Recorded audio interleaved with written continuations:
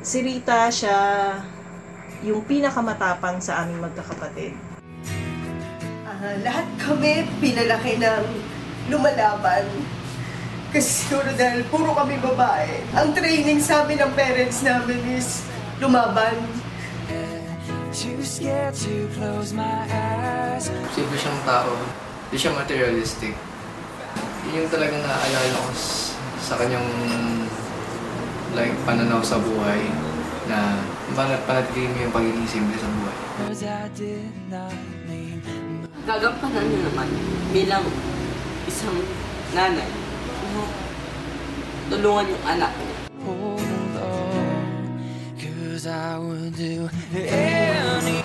Nung nasa PGH pa kasi siya, na-foretold na ng doktor na baka yung magiging sakit niya based dun sa mga observations na nakalat nila from her sa condition niya. Yung sakit niya ay yung tulad ng sakit ni Francis M. Parang hindi ako naniniwala na ganun nga yung kanyang karamdaman. Baka lang may ibang sakit na hindi namin alam kung bakit nagpasa-pasa siya. April 6 nang ginawa yung bone marrow aspiration sa kanya. After few weeks, lalabas yung result. So tumawag siya sa akin, tapos iyak siya ng iyak. Talagang medyo nabagabag ako kasi nga knowing her na matapang na hindi basta umiiyak, tatawag sa akin na ganun yung sitwasyon. I-remember ko yung day na yun nung umuwi sila ni Daddy galing sa hospital, paluha siya. Sabi niya, may leukemia si Mommy. Grabing masakit. Kasi siya yung nag-aalaga sa anak, pero parang naging baligtad eh. Grabe masakit ka. Yung nanay mo may malubhang sakit.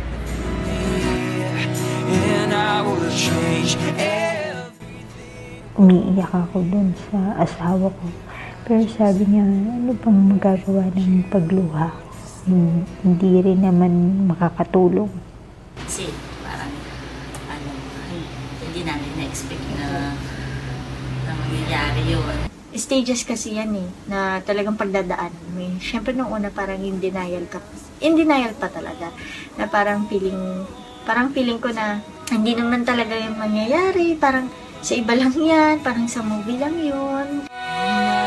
Parang yung gusto magka-cancer, lalo na yung mga mahal mo sa buhay, lalo na yung nanay mo. Ang pakiramdam ko, gusto ko siyang puntahan. Gusto kong maramdaman niya na nandun kami para sa kanya. And one time, meron kaming naging donor na hindi namin sila kilala. And yet, nag-donate sila. Kaya sinasabi namin kay Rita, kung sila tumutulong, lumalaban para sa'yo, bakit ikaw hindi? So doon na talaga pumasok yung buong pamilya na talaga, masasabi talaga na nagtulong-tulong. Tapos, itong concert na to, sobrang ang laki ng matutulong nito. Lalong-lalo sa pinansyal. Kapagkat ang totoo niyan medyo nasagat na kami. Dahil nga sa gamot niya na medyo mataas. Sa pagpapagamot, sa pagbili ng mga kailangang gamot niya, tsaka yung mga laboratory works niya, matutustusan na. Moral support na rin kasi maraming tao na makakatulong. Siguro pag napanood niya, mabuboost yung kagustuhan niya na lumaban at magpagaling. Sabing ganun sa Bible, all things work together for good for those who love the Lord.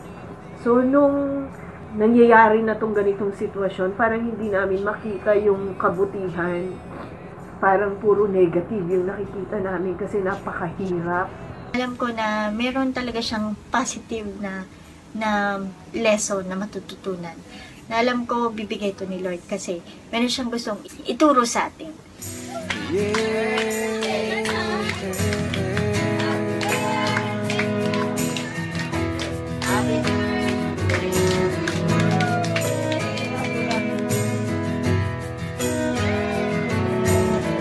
I'm reading every word of notes you wrote long ago. The still smell of your perfume, the scent of my love. Sana po, sabayan niyo ako sa prayer ko. Let's pray. In the Father, Son, Holy Spirit. Lord, kinikilala ka namin bilang aming Panginoon. Continue to be with us, O God. Continue to guide us and continue to protect us. Continue to heal Rita. Please, pagaling niyo po sana si Mami. Dagdagan niyo pa yung buhay niya para mahaba pa po pagsasamahan namin.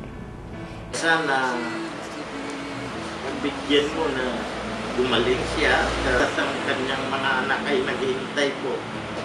Healing for our tita Rita. And makayanan niya at malagpasan itong pagsulungan mo. Marami pa po kami lalakbayin sa aming buhay.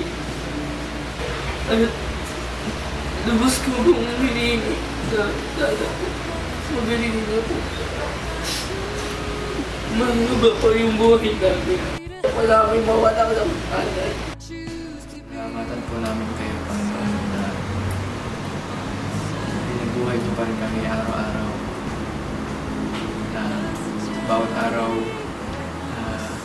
binibigyan niyo ng bagong pag-asa ng aming pamilya. At lalo na ang aking nanay. Alam namin, kakayanan namin to at malalagpasan. Sa tulong po ninyo. Dasal ko, lahat ng mga tao may sakit. Bigyan niyo po sila ng kalakasan ng kalooban. Huwag po sana sila bumitaw sa iyo.